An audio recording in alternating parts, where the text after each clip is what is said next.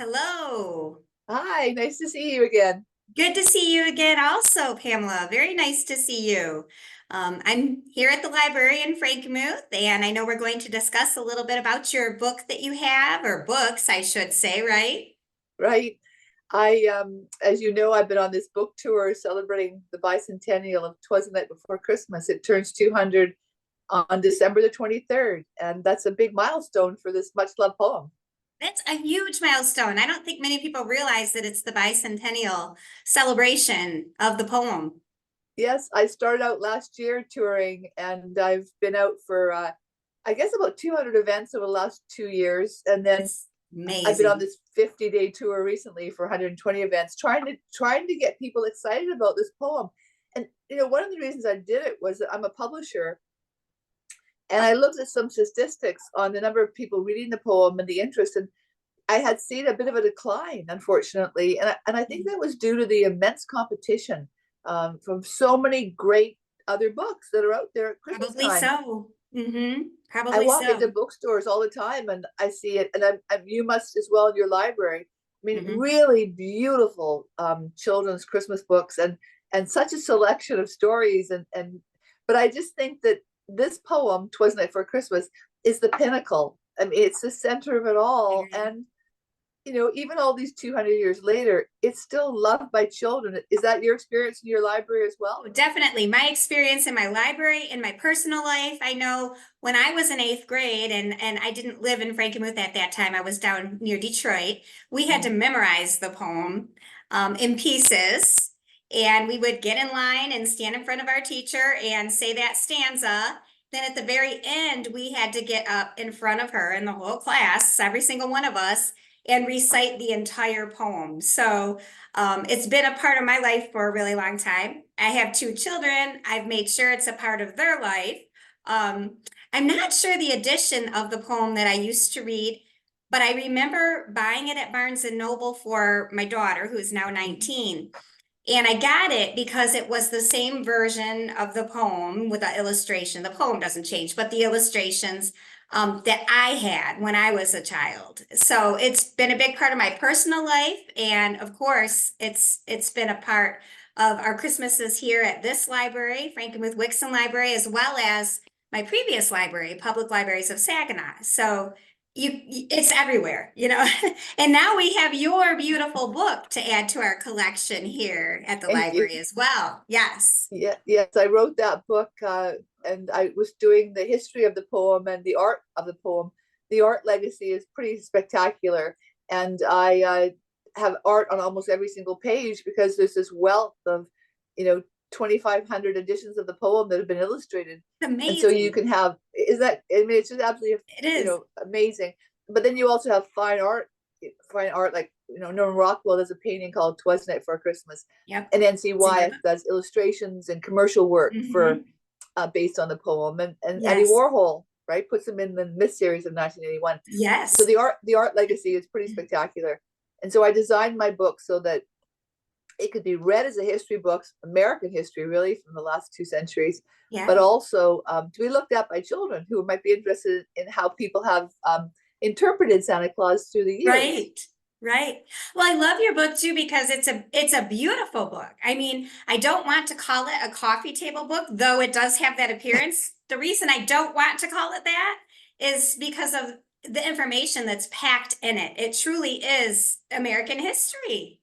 Yeah, it was very fun working on it because it involved people like Washington Irving, a little bit of Charles Dickens, um, and of course the Moore family, who are a really interesting American family coming into Mhm. America in 1630. So their story hadn't really been told, and I was really delighted to be able to do the research and then portray it. And as I was saying last night when we inducted Clement C. Moore into the New York State Library Hall of Fame, which was a great honor for the Moore family who were in That's attendance. amazing that you got Yeah, to it be was there. great. You said about 200 people, correct? Yes, it was great. And we had about 30 more people there, family members there, and including Clement C. Moore the sixth.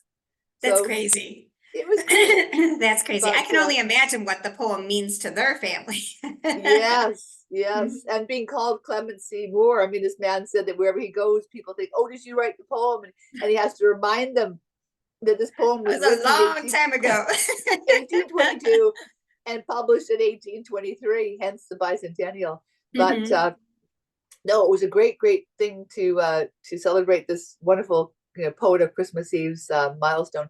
But I published the poem myself in 2012, and I did it without a smoking Santa, so I made an alteration to it. I Um, learned I that about you because when you Yeah, stopped by our library and we chatted, and then I went online and did some research, and I learned that that's what you had done, which I think is wonderful. yeah. I mean, I was criticized by some, but it Sure. wasn't an act of censorship in any way. It was an edit. And Yes. I think through the years, one can read this poem exactly as it was written to a small 2 year or 3-year-old, Mhm. and they'll enjoy it. It doesn't have Absolutely. to be And it changed. won't register with them. Yeah. Yeah, but they delight in the language, the rhythm, everything else. It's But beautiful. that doesn't mean that you can't change it a little bit for whatever purpose you wish to do that. I mean, Mhm. there's a hedgehog version, there's a guinea pig version, there's a So mouse many version, versions. right? Yes. And they're all delightful. And if that's what you choose to do, Hmm. there's I think there's Twas the Night Before Christmas in the library. There's Twas the Night Before Christmas in Michigan. I mean, it just Yep. there's so many different versions of this poem, and so my smoke free one was really to make a statement as far as what children prefer, which is a smoke free Santa Claus, and we know that Yes. because we've done Yes. research on it. Yes. Uh, It's normal for things to evolve, especially over 200 yes, years. Yeah. Yes. And so if you want your traditional, of course, you can buy a Smoking Santa book. But if you want Mhm. to, this is the book I published. This is if you Beautiful. want to have like, a smoke-free book, they're available too. So it's an They option. are. Yes, they But are. And I believe that book now correct me because I'm not 100% on this. I know for sure that the children's version of the book is available at Bronner's Christmas Wonderland here in yes, Frankenmuth. Is your other book, is this book, the Twas the Night Before Christmas, available there as um, well? I think they were bringing it in, but I'm not sure they have copies at Okay. the moment. Okay. But it's certainly available on Amazon.com and Barnes and Noble, of course, and then all the Perfect. independent bookstores pretty well have it as well. But Good.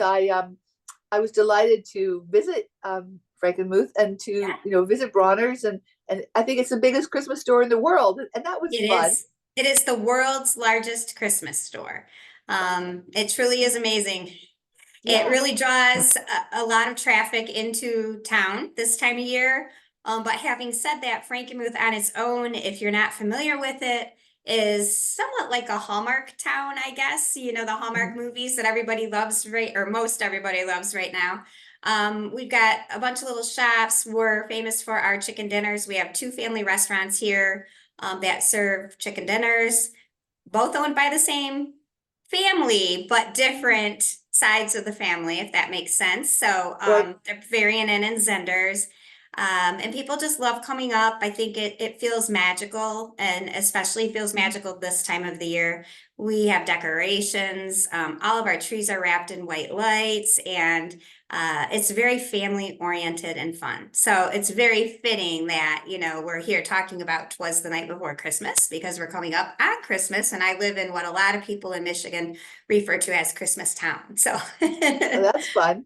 Mhm. I get a Google alert on my phone for anything related to Twas Night for Christmas or a lot of other sort of Christmas related themes, and it's just every day, I see all over America towns like and cities Mhm. celebrating Christmas in spectacular ways that involve community, They and you do. have They really do. parades, right? Yep. Store decorating contests, Store parades. decorating. Yes, we have a really large, I don't know how many feet it is, so I'm not going to say, but I mean, it's huge.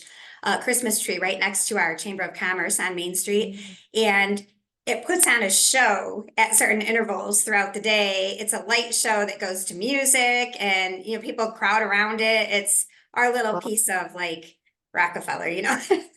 No, it's wonderful. It's terrific.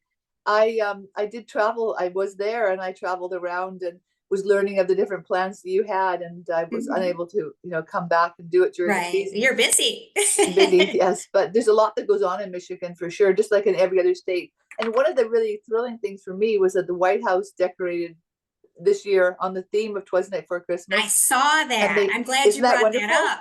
I I thought about know. you too when I saw it when they did the little tour on TV. I'm like, I know Pamela has to know about this. Yes, yes. Well, I actually went to Washington, D.C. in August, and I met with the Library of Congress, and we made a presentation for them to really do something this year, and they did. And it was Nice. just, I was a real thrill for me because when the First Yeah. Lady released her press release on November 28th, and I realized the extent that they'd gone to, and her comments on how important this poem is, it was really, I was really thrilled to see that. And you know, the Absolutely. mayor of New York City declared it Twas the Night for Christmas Day in honor of Clement C. Moore. The mayor of Newport, where Clement C. Moore died in Yes. 1863, did. And it's really come together. Mm-hmm. And I'd like to say that, you know, Twas the Night for Christmas has been loved by, you know, many different cultures. It's in every major language, including Yiddish. And it's been, I think the reason for that is that it's really the character of Saint Nicholas becoming an elf. He's taken Yes. into the secular world, and Yes. it opens it up to everybody. Yes, you and I have Right? touched on that a little bit too. Yes, yes. And I learned something very interesting from you in previous discussions about Santa being secular. And that's why he's able to appear Mm. different places, you know, or have a Santa display different places. I don't know if you want to elaborate on that a Sure. little bit Well, because I'm not doing a good job. no, no, sure you are. Under the American Constitution, the Establishment Clause, there's this division of state and religion, and the that it is not appropriate to advance one particular religion through state buildings or enterprises. Mhm. So, but the Establishment Clause also doesn't deny freedom of religious expression. And Right. so, if you wanted to have a secular character, such as a Christmas tree or a Santa Claus, you can also have your manger, your angels, everything else can come into it. Found that very interesting. I find it really interesting too, and that Santa Claus actually opens the door for religious expression, which is, you know, really, really interesting. It Um, is. if you were to take away Santa Claus, you could have the angels and the mangers and the shepherds and other religious symbols of other religions. Um, but if you have Santa Claus there, it secures their right. You know, it's less Interesting. controversial, and I Mhm. found that really, really interesting. I did find some schools have put out memos saying no Santa Claus images on windows or doors this year, no religious symbols, and they have that mistaken. They really have. Mhm. Not only is this character an elf, um, he is allowed under the Constitution, That's very interesting. and I think it's really important too to mention that Christmas carols are also allowed to be sung in schools. The purpose being it's part of American culture. Vast segment of the population, you know, celebrate and decorate and sing Christmas Right, carols and enjoy the right. season. And it should open the door for other songs, other, you know, religions, Absolutely, right? absolutely. And a Yep, yep. discussion. Inclusive, including everybody and That's everything. right. I Hmm. was at Times Square the other day in Manhattan with Santa Claus and the Elves doing a presentation to children. It was really fun. And it was a breakfast for Santa in Times Square. Oh, And there fun. was a woman there I met who was an author, and she'd done a book about children in a classroom being invited to go to different people's homes to make Christmas cookies from their cultural heritages. I like that. And I thought that was a lovely premise for a book. And so I followed her on Facebook and on Amazon. I'm going to get a copy of it. I thought that was such a lovely way to introduce other ideas to children, to expand their, you Yes. know, to deny children a religious education for Mhm. their own opportunity to choose later in life, I Mhm. think is a question that we should maybe review. You know, I Very have well put. grandchildren, and Yes. I was thinking, you know, to just not allow any discussion of religious education in school. Maybe we're shortening their education. Maybe we're not allowing them this breadth of decision making later in life. And I just, it's a question I've got It's a that question. I'd Yeah, like. it's definitely something to consider and to think about. It is because they Hmm. come with all of this art and literature and song as well Hmm. that is, you know, very valuable to many people, and I think also, you know, just delightful to experience. You know, Christmas carols are Yes. I've been listening to them in my car and Oh, yeah. driving I around start America. the day after Halloween. I start November 1st with the Christmas music in the car. And we all have our favorites. Don't I like old King Wenceslas, but you know, we all have our favorites, We right? do. I tend to like the traditional, you know, just I can't pick a favorite from like Rudolph or Silent Night or any of those, But then, of course, I always like Mariah Carey, so I got to throw a little Yeah. Mariah in there.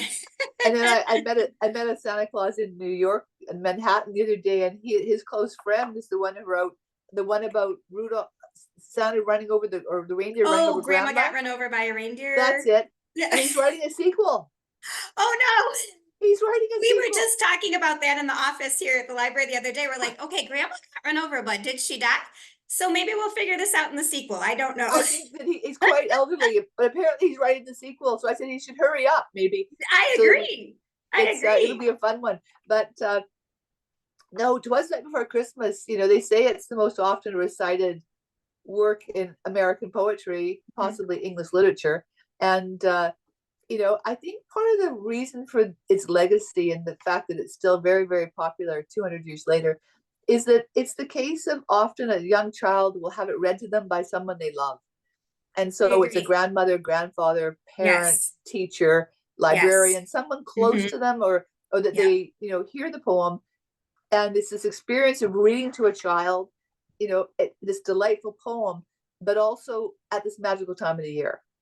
I was just going to say it's a magical story at a magical time of year. Yes. And it is the poem itself is just so,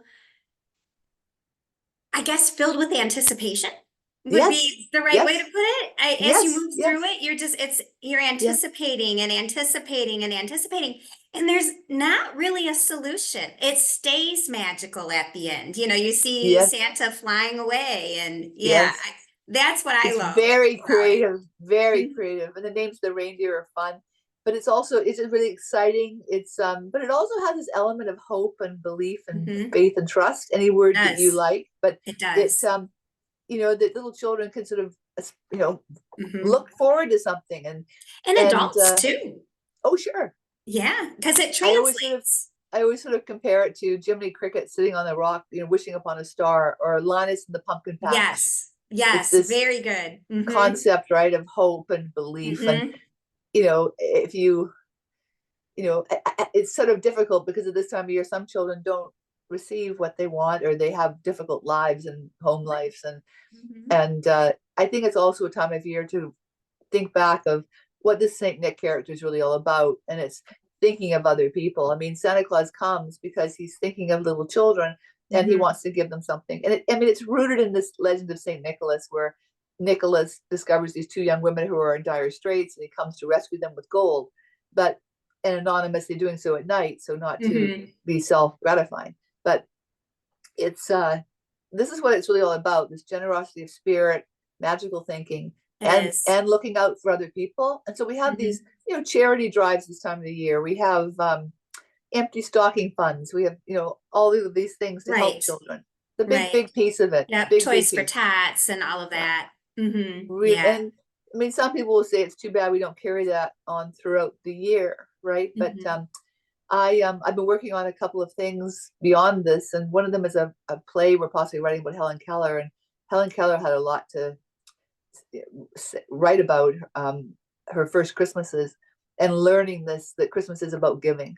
And it's a really Yes. poignant, wonderful essay that Helen Keller writes about it. But it really is the heart and center of this whole thing for me. I agree. Making sure that Mm-hmm. children have this poem in their lives and that it Mm-hmm. continues, and because it is such an inspirational, Mm-hmm. jolly poem. Right, right. It is very uplifting. Yes, it is for sure. Well, Now, what yeah, led you to want to do? Because I think, did you say 10 years in the making for the book? yeah. What led you personally to want to devote so much of your time and so much of your attention to this? Well, part of it was because in 2012, when I did the smoke-free edition, I had the realization that it was turning 200. So I thought that was an interesting project, just as Hmm. a good idea. Yeah. But I also had a copy of this poem given to me by my father when I was 4. Okay. And I lost my father when I was 17. Oh, And I'm so so I've sorry. had this copy of this poem with me wherever I've traveled. I mean, when I went to Oh. university, I traveled around. I've moved a great Hmm. deal, and I've always had this with me. It's one of the only things I own of my father's, that's something that he gave me, and so it's very close to me from a very personal reason. Hmm. And the memories, of course, of my father at Christmas and reading it. Right. So I think that's what most people, when I come to this and I meet someone my age, a grandparent who loves the poem. It's these memories it's tied to, and people that we love, you know, who've been associated with it. Yes. That's really, I Yes. think, that's why people are so responsive when I go places. They have such an endearment towards this poem. You know, they really do. They really I, do. Hmm. but it was really thrilling. I was at Newport last week at the mansions, the Breakers and Okay. Marble House, and it was really fun because, I as you can imagine, bet. they're decorated like over the top and beyond, um, Hmm. in the Gilded Age. Like, I mean, just wow. Yeah. Yeah. I can only imagine. Yeah, it must take them months to get those trees organized, but Probably. yeah, just wow, right? But Hmm. I was in the gift shop signing books, both my "Twas the Night," the art and history of the classic Christmas Sure. poem, and then my poem edition. And a little girl came up to my table, and she said to her dad, "Can I have this book?" And he said, "No, we've got enough." You know, no, because you know how children in stores always want everything. Yes. Wow, wow, wow. Oh, yes, She I know. came back a couple of minutes later with her dad, and she said, "Dad, I really want this book." And he went, "All right, okay." And he bought her the book, and Hmm. I watched her, and she walked up the stairs hugging the book, Oh, isn't that special? That's so hugging. You know how special. we do with books, right? She Oh, I hugged the do. book, Yes, I do. I and might I be a went, little biased being a librarian, but I, yes, I do. I just went, wow. Like, Hmm. it just summed it up for me so Yeah. spectacularly, right? Like, Yeah. this It poem makes is, all this time on the road worth it, you know? it does. But Hmm. these characters, I mean, you as a librarian will know these characters. Santa Claus, the symbol of, you know, benevolence and kindness and generosity of spirit, or however you want to, you know, goodness, jolliness, whatever. Right. Is so important to children's development to learn about love and all of these other Compassion. valuable, right? Mhm. So important. Empathy. Yeah, you learn so much, And they from carry from with you, like reading. someone was saying that, you know, even then when you get older in life, maybe the characters change, you know, as far as your conception of them or your Right. perception of them, Hmm. but the love stays. I mean, It does stay. Snoopy's our family mascot. He goes everywhere. He's Uh-huh. not just a little piece of white, you know, plush toy. He's a lot to Snoopy. Right. He's Right? alive. Yeah. Winnie We the have Pooh. something like that as well. Yes. Yeah. I mean, I dragged Winnie the Pooh around for probably 7 years. You Hmm. know, I remember once I lost Winnie the Pooh when I was little, and my father had to drive 20 miles back to get him. Get So, him. Oh, for but now sure. later in life, Winnie the Pooh and Piglet, like they Yeah, have qualities that you still take with you. Like, they do. the They Grinch is do. sitting in my car. He's been my road crew, you know, and Hmm. he's not Yeah. just a piece of green fluff. He's No, I agree 100%. right, Yeah. And even if you have, like my children have, we call them lovies, they still have them and they're older now. And they were not like licensed characters that had a built-in story or built-in set of values or anything like that. But they have assigned a personality to them right, and they've assigned a set of values to them, and that's come from other places, everything they're right, exposed to, right, and they become very much alive. right. Hmm. And it's interesting for me when I meet somebody, and I do meet them at a book sale often, and they'll say, "Oh, we don't do the Santa Claus thing." I think what they're talking about is the conception of, you know, of Santa Claus maybe being a fictional character, Hmm. um, Yeah. and they're having struggle with that. And I just had such an enriched life because I had so much literature in my childhood, Hmm. and I had so many characters, and I had some difficult times growing up, like everybody does. And you know, I wanted to be able to turn to Charlotte's Web or turn to Winnie the Pooh or Snoopy, and Hmm. they were always there, you know. And Right. one of the great delights for me is my 2-year-old granddaughter. Her name's Ruby. I've been giving her so many books that she's only 2, and she has a crib in this little room, and the whole wall now is books facing out because I've given them All so right. many that her father, who's a carpenter, had to build like slats, and the whole wall is I books love that. facing her. So when she wakes up from her It's nap best. or in the morning, Mhm. her friends are staring at her. They're all right there. They're Yeah, all the right works of there. art, those book jackets, I'm They telling you. are. And then she Hmm. comes in and out of the room all the time, getting a book and bringing it out. Like, it's just to live with books. I love that. It's just, they're friends. I mean, they are They're friends to me. friends. Yeah. They're so Absolutely. fulfilling. I feel like it just rounds your experience in life out, Right. and Right. from there, I was reading to my children before they knew what I was saying. You know what I mean? They were Sure. infants from the time they were Right. born. I would read to my children Right. and just, carrying that up. through now, teens and early adulthood and moving through life. I feel like it just rounds out your life experience so much and adds to it. I agree. And I think when you come to Christmas, right, this poem, people get great solace from tradition and from ritual and memories. And I think that this is very nostalgic, this poem. And so people can turn to it. So often people will say to me, "Oh, our family get together and read this all, around the Christmas tree, and we take turns reading each line, and they make it they reflect sort of this. It's a very private, personal. We do this, and I always say, many do this. Like the world does. All over the world, people read this poem together on Christmas Eve. They do. Christmas Carol is still extremely popular. It was written 20 years after Twas the Night Before Christmas. Yes, I've been seeing a lot of Dickens festivals. There's a very, very big one in Michigan. But it's interesting because Christmas Carol, I don't know if people gather and read it out loud. I think they watch it on television. They go to watch it, I think. Yeah. And that was actually a part of my childhood as well, because I remember, again, I mentioned previously that I went to school down in the Detroit area. And it would have had to have been back in the 80s, probably early to mid 80s. One of the TV stations down there broadcast the Dickens story. And as a supplement, the newspaper ran, what do I want to say? They ran a segment that went along with what was going on the TV. And it was like the first interactive TV, right? And it had questions in it and things. Well, my teachers took advantage of this. And so our assignment was to watch, it was broken into parts. So that night we'd go home and watch that segment of the Christmas Carol. And then we would have to answer the questions that were in the newspaper and turn it in. And we would talk about it, but it's not one we read, whereas I memorized and we read Twas the Night Before Christmas. Exactly. So, I know, and different interaction with it. Yeah. Yes, I agree. And I think that, and all the illustrations and everything, it's so creative. But I think, Christmas Carol is very creative as well. But the thing about Twas the Night Before Christmas too is that it really is at the heart of Christmas celebrations for many people in America. Whereas Dickens, even though they try and say that Dickens created Christmas in different documentaries or films and things, it's a bit of a stretch for me to make that analysis, because I really think it is owed to Clement Seymour and possibly Washington Irving. Right. But I think that Twas the Night Before Christmas, if you look at the actual activity of many families in America, in the lead up to Christmas and Christmas Eve, it's surrounded,